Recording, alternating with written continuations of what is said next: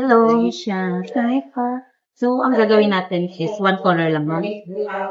So, kasi ang gusto niyong color is more on ganito. Yeah. So, hindi na natin siya padadaanan ng gentle lightening cream or yung bleach kasi nga ayaw daw ng mamim ng bleach. So, ang gagawin natin, dadalawang patong tayo ng color lang. Okay. Tapos, okay lang ba, ma'am, na ito kasi is previously pinadaanan siya ng bleach. Okay lang ba sa inyo na hindi siya ganito katingkad?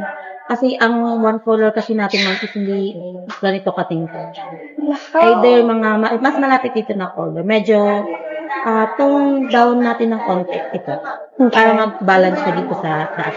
Okay pa. So, ma'am, sa cut natin is gusto mo layer lang. Yes pa. Sige. And then, Ang length, ma'am? konti pong sa ends ng konti lang. Sige. Same length, almost same length lang. Trim lang natin doon. Ayusin na lang natin. Yes pa. Itong bangs niya, ma'am. Super konti lang din. So, gusto niya longer pa rin siya. Yes pa. Hanggang chin pa. Thank you po. Thank you. Hello, ma'am. How's your hair? Great. Kumusta yung color, ma'am? Okay pa. So, yan, ma'am, magla-light pa siya, ma'am. Very subtle. Hindi na natin siya ginamitan ng bleach. So, binlend na lang natin siya. Thank you. Lakas maka-push.